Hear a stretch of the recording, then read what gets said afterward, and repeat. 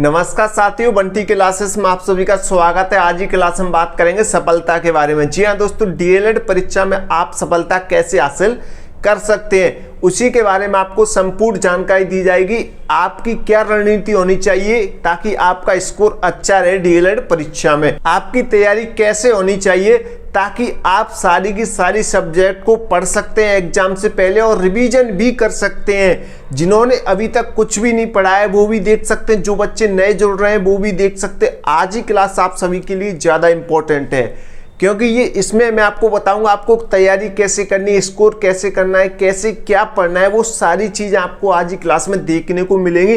जितने ही बच्चे इस क्लास को पहली बार देख रहे हैं, हमारे चैनल से पहली बार जुड़ रहे हैं, तो चैनल को आप सब्सक्राइब कर सकते हैं। बंटी क्लासेस को जल्दी सब्सक्राइब कर दो, बटन दबा दो, ठीक है, सब्सक्राइब वाली, और वीडियो को लाइक कर देना। कमेंट आप बाद में करना, जैसे ही आप वीडियो को फुल वॉच कर लेते हैं कमेंट करना। आपके मन में कोई डाउट हो तो कमेंट करना। कोई भी टॉपिक को लेकर, किसी भी चीज को लेकर आपके मन में डाउट है डीएलएड परीक्षा को लेकर, आप हमें कमेंट कर सकते हैं। लेकिन कब? जब आप वीडियो फुल वॉच कर लें। और आप अपने सभी मित्रों को इस वीडियो को शेयर जरूर कर देना क्योंकि वो भी अपनी तैयारी की रणनीति जान सकते हैं, उन्हें कैसे क्या करना है, ठीक है। तो हम बात कर रहे थे साथियों डीएलएड में सफलता कैसे हासिल करें, तैयारी कैसे करें। एमपी डीएलएड एग्जाम 2026, चाहे आप प्रथम वर्ष में हो चाहे आप द्वितीय वर्ष में हो, दोनों ईयर्स की परीक्षा 2026 में होने वाली है आपकी। तो मैं आपको 3 पॉइंट के माध्यम से समझाऊंगा, बस मात्र 3 पॉइंट बताऊंगा कि आप सफलता कैसे हासिल कर सकते हैं। जी हाँ दोस्तों, 3 पॉइंट बताऊंगा तैयारी कैसे करें आप लोग, ठीक है। तो 3 पॉइंट में जो सबसे पहला पॉइंट है वो है साथियों सिलेबस। जी हाँ दोस्तों, सिलेबस की जानकारी होना अनिवार्य है, जरूरी नहीं अनिवार्य है। सिलेबस की जानकारी होना अनिवार्य है। अगर आप सिलेबस के अकॉर्डिंग तैयारी करते हैं तो आपकी तैयारी बेस्ट होती है, सबसे ज़्यादा अच्छी होती है तैयारी सिलेबस के अकॉर्डिंग। और आप एग्जाम देते हैं ना तो वो सारी चीज़ें सिलेबस से ही आती हैं। अगर आप सिलेबस के बाहर से तैयारी करते हैं, आपने कहीं से कुछ पढ़ लिया कहीं से कुछ पढ़ लिया, तो आप एग्जाम में बस पट्टियाँ गिनते रहते हैं क्योंकि आपको पता ही नहीं, आपने तैयारी तो कहीं और से की है, आपको पता ही नहीं था कि सिलेबस। अगर आप सिलेबस से करेंगे तो सारे क्वेश्चन आपको देखने को मिल जाएंगे, उनके आंसर आप पे आ जाएंगे। अगर आप सिलेबस को लेकर तैयारी नहीं करते हैं तो आप कहीं से कुछ भी पढ़ते रहिए, आप एग्जाम कभी भी क्लियर नहीं कर सकते। एग्जाम में आप कुछ भी नहीं लिख सकते हैं। तो पहला पॉइंट हमारा क्या है साथियों, सिलेबस। प्रथम वर्ष की बात करें साथियों, प्रथम वर्ष यानी कि फर्स्ट ईयर की बात करें साथियों, तो फर्स्ट ईयर में आपकी टोटल कितनी सब्जेक्ट होती हैं? 10 सब्जेक्ट होती हैं, ठीक है। प्रथम वर्ष यानी फर्स्ट ईयर में आपकी 10 सब्जेक्ट होती हैं, 10 सब्जेक्ट होती हैं प्रथम वर्ष में, ठीक है। और द्वितीय वर्ष की बात करें साथियों, साथ ही हम दोनों ईयर्स की लेकर चलेंगे बात, ठीक है। द्वितीय वर्ष की बात करें साथियों, द्वितीय वर्ष यानी कि सेकंड ईयर, ठीक है। द्वितीय वर्ष में आपकी जो सब्जेक्ट होती है वो 8 सब्जेक्ट होती हैं, ठीक है। कितनी सब्जेक्ट होती हैं साथियों? 8 सब्जेक्ट होती हैं, ठीक है। द्वितीय वर्ष में 8 सब्जेक्ट होती है। आपको प्रथम वर्ष में 10 सब्जेक्ट पढ़नी है और द्वितीय वर्ष में आपको 8 सब्जेक्ट पढ़नी है, ठीक है। अब इन्हीं में साथियों हार्ड सब्जेक्ट की बात करें जिनमें ज्यादातर बच्चे फेल होते हैं, यहीं पे एक डाउट और क्लियर कर दूं, बहुत सारे बच्चे पूछते हैं जो अदर स्टेट के हैं, काफी राज्यों में जो परीक्षा होती है साथियों सेमेस्टर वाइज होती है, यानी कि 6 महीने में एक बार, यानी कि 1 साल में 2 बार परीक्षा होती है, ठीक है। लेकिन एमपी के अंदर ऐसा नहीं है, 1 साल में एक ही बार परीक्षा होती है, एक ही बार में आपका डीएलएड कंप्लीट हो जाता है, ठीक है। आपको बार-बार आने की जरूरत नहीं है, ईयरली वाइज परीक्षा होती है मध्य प्रदेश के अंदर जो डीएलएड होती है, ठीक है, उसकी। इसमें जो प्रथम वर्ष में जो हार्ड सब्जेक्ट होती हैं और द्वितीय वर्ष में जो हार्ड सब्जेक्ट होती हैं, सबसे ज्यादा जो हार्ड सब्जेक्ट होती है वो 2 सब्जेक्ट होती हैं साथियों। सबसे ज्यादा जो हार्ड सब्जेक्ट होती हैं वो 2 सब्जेक्ट होती है। मैं 2 सब्जेक्ट की बात करूंगा। सबसे पहले इंग्लिश सब्जेक्ट दोनों में ही है, ठीक है। इंग्लिश में आपकी 2 सब्जेक्ट होती हैं, कौन कौन सी होती हैं? प्रोफिशिएंसी। मैं आपको क्लियरली समझा रहा हूं, अच्छे से समझिएगा, ठीक है। प्रोफिशिएंसी इन इंग्लिश और आपकी दूसरी सब्जेक्ट होती है पेडागोजी, ठीक है। Pedagogy of English, proficiency in English, pedagogy of English. और तीसरी सब्जेक्ट होती है आपकी, पहली सब्जेक्ट, दूसरी सब्जेक्ट और तीसरी सब्जेक्ट की बात करें साथियों आपकी गणित होती है, ठीक है। तीसरी सब्जेक्ट आपकी होती है गणित, गणित शिक्षण बोलते हैं इसे। गणित शिक्षण होता है। ये तीनों सब्जेक्ट होती हैं वो साथियों प्रथम वर्ष में भी होती हैं, द्वितीय वर्ष में होती हैं। लेकिन मैं आपको बता दूं जो प्रथम वर्ष वाले स्टूडेंट है वो ध्यान देंगे, यहाँ पे जो प्रथम वर्ष वाले स्टूडेंट है उनको इन तीनों सब्जेक्ट को पढ़ना अनिवार्य है। पढ़ना क्या है साथियों? अनिवार्य है। ये तीनों सब्जेक्ट के पेपर आपको देने ही देने हैं, कुछ भी हो जाए। ये 3 सब्जेक्ट आपके सिलेबस में है प्रथम वर्ष में। लेकिन द्वितीय वर्ष में बात करें साथियों, द्वितीय वर्ष में मात्र एक सब्जेक्ट अनिवार्य है, प्रोफिशिएंसी इन इंग्लिश। द्वितीय वर्ष में एक सब्जेक्ट अनिवार्य है, प्रोफिशिएंसी इन इंग्लिश। ये 2 सब्जेक्ट होती है द्वितीय वर्ष में, वो कैसी होती है? ऑप्शनल होती हैं। कौन सी होती हैं साथियों? ऑप्शनल होती हैं, ठीक है, ऑप्शनल सब्जेक्ट होती है, यानी कि आप चूज कर सकते हैं इन दोनों में, दोनों सब्जेक्ट। यानी कि ऑप्शनल सब्जेक्ट 4 होती हैं द्वितीय वर्ष में। 4 सब्जेक्ट कौन कौन सी होती हैं? सामाजिक विज्ञान, विज्ञान और इंग्लिश, गणित। इंग्लिश कौन सी होती है? पेडागोजी ऑफ इंग्लिश होती है। प्रोफिशिएंसी इंग्लिश भी होती है, लेकिन ये अनिवार्य होती है, ये आपको लेनी ही लेनी पड़ेगी, ठीक है, आपको पढ़नी पड़ेगी। लेकिन पेडागोजी ऑफ इंग्लिश, गणित शिक्षण, विज्ञान शिक्षण और सामाजिक विज्ञान, ये आपको 4 में से एक चूज करनी होगी। ज्यादातर बच्चे लेते हैं सामाजिक विज्ञान, ठीक है, काफी बच्चे गणित भी लेते हैं, ऐसे तो इंग्लिश भी लेते हैं, पेडागोजी ऑफ इंग्लिश। जिनकी इंग्लिश अच्छी होती है वो इंग्लिश लेते हैं, जो इंग्लिश मीडियम वाले होते हैं द्वितीय वर्ष में। और विज्ञान भी लेते हैं काफी बच्चे। वो आपके अकॉर्डिंग, आपको अगर ज्यादा कठिन लगती है, गणित लगती है, इंग्लिश आती नहीं है आप पे, तो ज्यादातर बच्चे सामाजिक विज्ञान ही लेते हैं। और ज्यादातर कॉलेजों में सामाजिक विज्ञान ही होती है, ये सब्जेक्ट है नहीं होती है, तो इसलिए कॉलेज वाले भी नहीं देते हैं, ठीक है, क्लियर यहाँ तक। लेकिन प्रथम वर्ष वालों को इन सब्जेक्ट पे ज्यादा ध्यान देना पड़ेगा। तो ये चीज आपको समझ आ गई होंगी।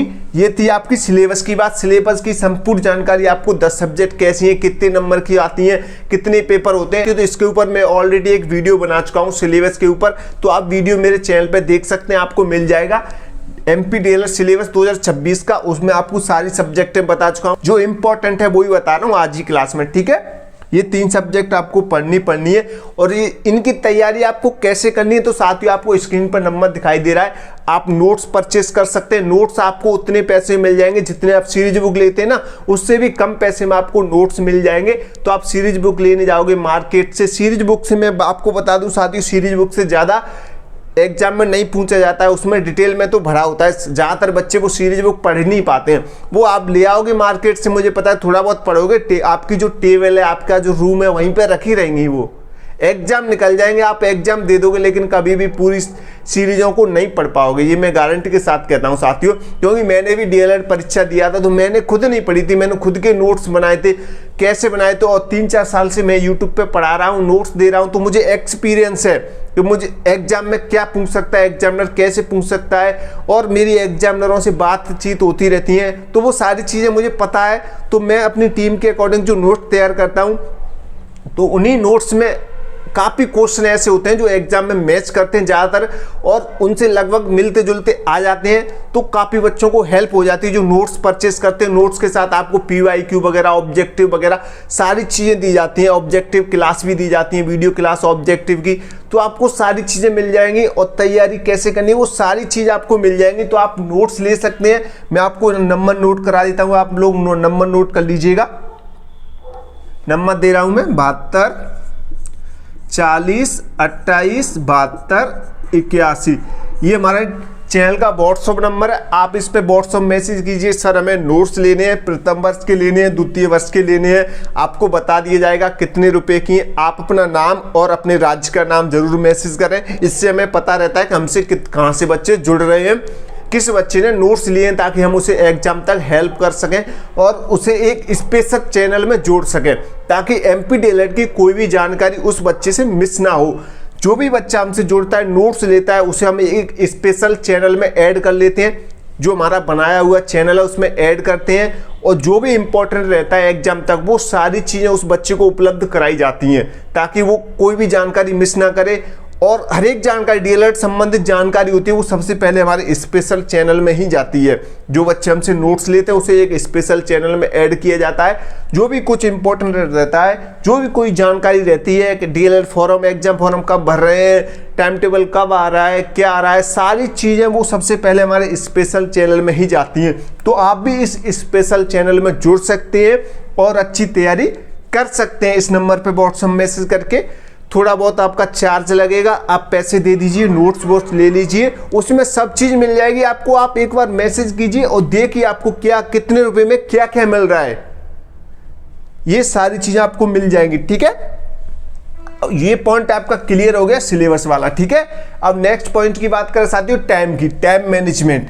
परीक्षा आपकी कब होंगी? जी हाँ दोस्तों, परीक्षा की बात करें साथियों, लगभग जो आपकी जो परीक्षा होती है वो मई जून में होती है। ठीक है, मई जून में आपकी परीक्षा होना कंफर्म है, 101% कंफर्म है। मई जून में आपकी परीक्षा हो जाएंगी।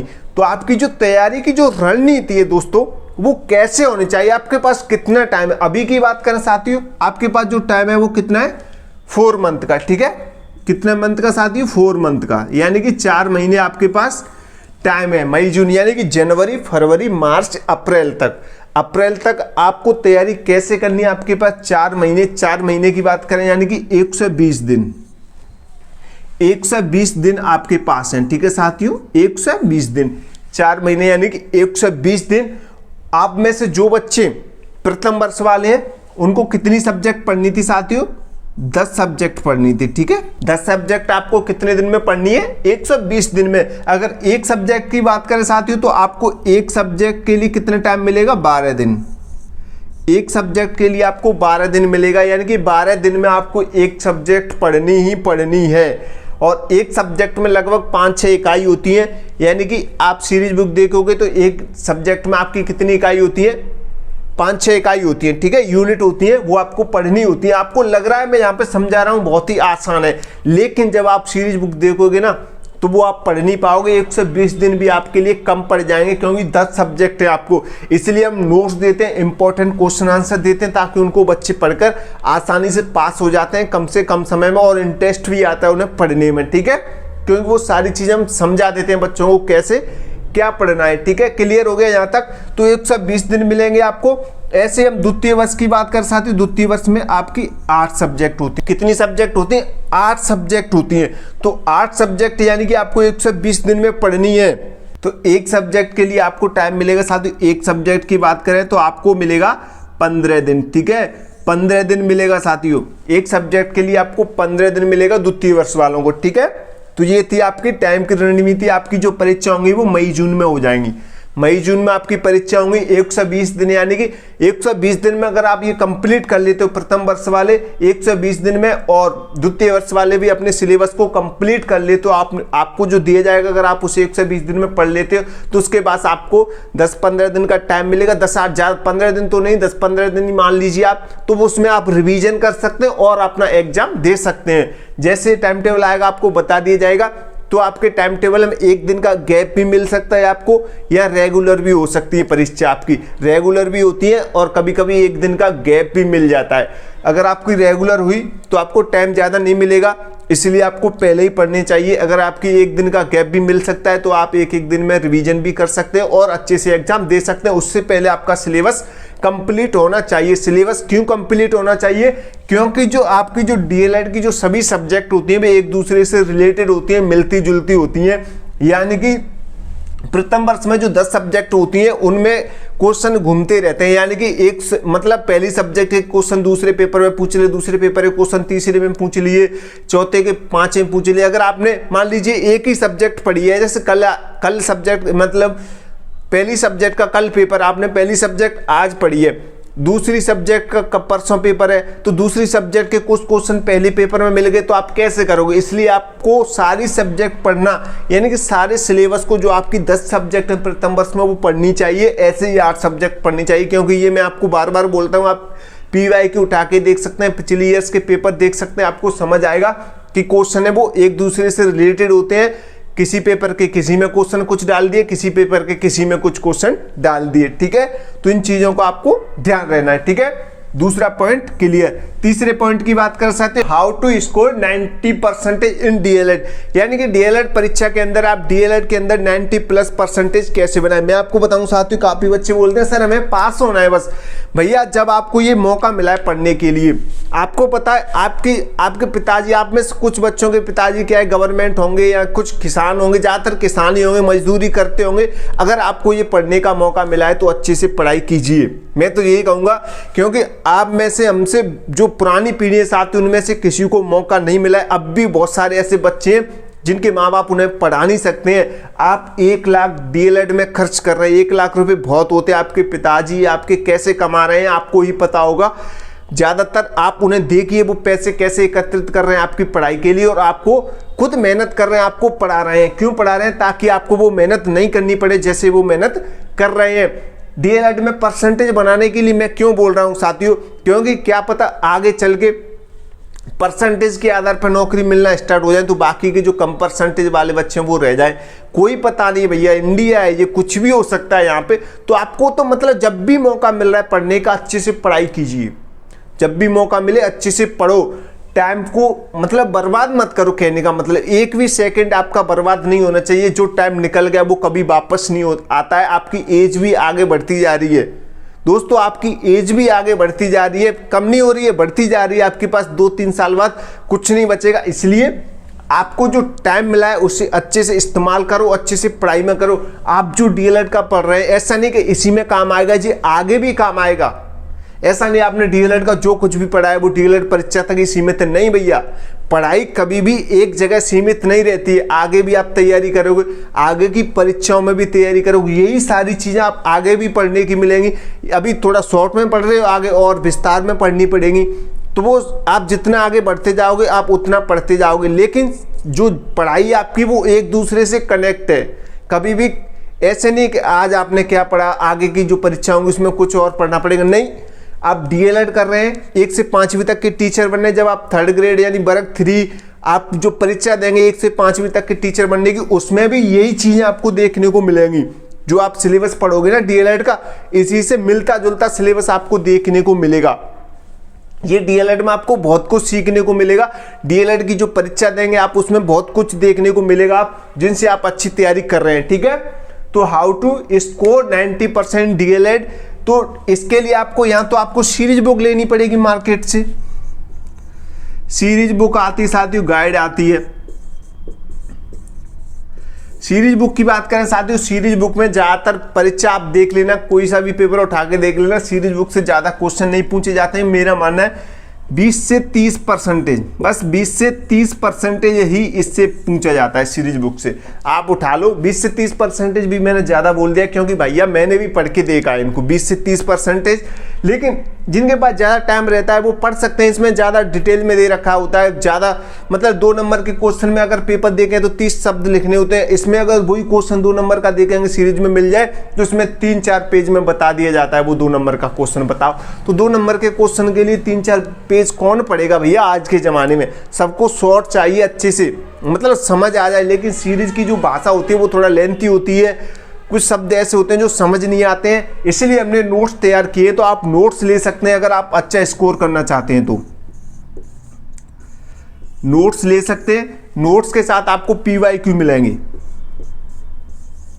पीवाईक्यू इंपॉर्टेंट भैया, ऑब्जेक्टिव मिलेंगे। ऑब्जेक्टिव, जी हाँ दोस्तों, डीएलएड परीक्षा होती है उसे पास कराने के लिए ऑब्जेक्टिव का सबसे ज्यादा महत्व रहता है, क्योंकि आपके जो ऑब्जेक्टिव आते हैं वो 15 नंबर के आते हैं। 15 नंबर के आते हैं ऑब्जेक्टिव, 15 नंबर बहुत होते हैं। पासिंग के लिए आपको 28 अंक लाने होते हैं। पासिंग के लिए 28 अंक लाने होते हैं। 70 नंबर का आपका पेपर होता है। ठीक है, 70 नंबर का पेपर होता है, पासिंग के लिए 28 नंबर लाने होते हैं। 15 नंबर के आपके ऑब्जेक्टिव आते हैं। ऑब्जेक्टिव वीडियो क्लास कराते हैं हम, तो आप ऑब्जेक्टिव ले सकते हैं, वीडियो क्लास में देख सकते हैं ऑब्जेक्टिव।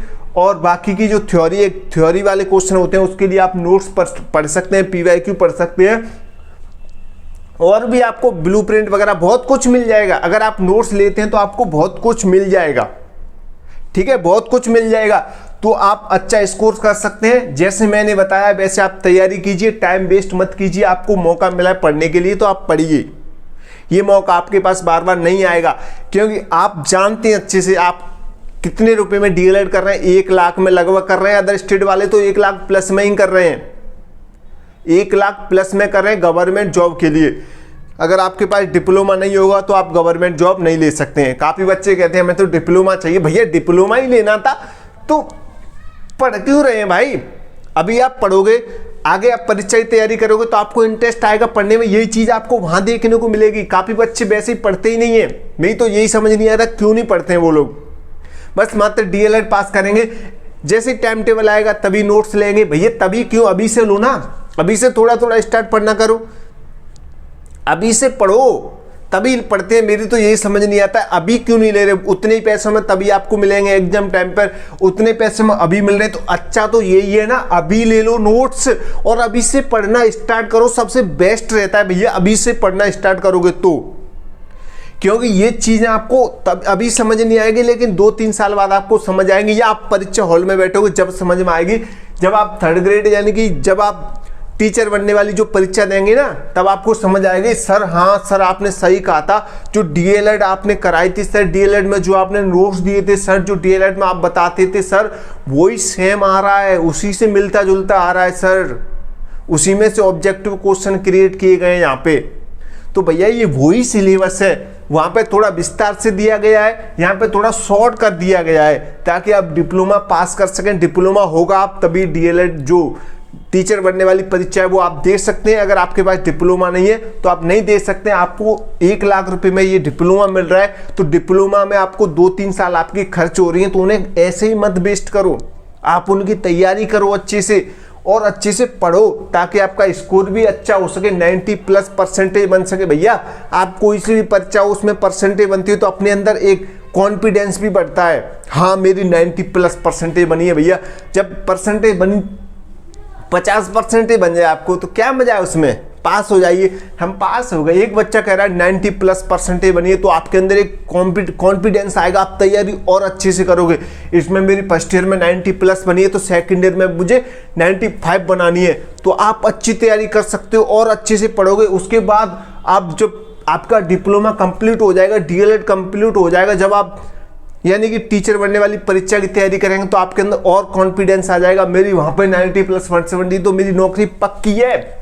आपकी नौकरी पक्की है क्योंकि आपने आधी चीजें नहीं पढ़ ली है, तो आगे भी आप आगे पढ़ सकते हो, अच्छे से पढ़ सकते हो। अपने अंदर एक कॉन्फिडेंस लाना पड़ेगा, अपने अंदर आत्मविश्वास जगाओ। हम कर सकते हैं, कोई नहीं कर सकता है।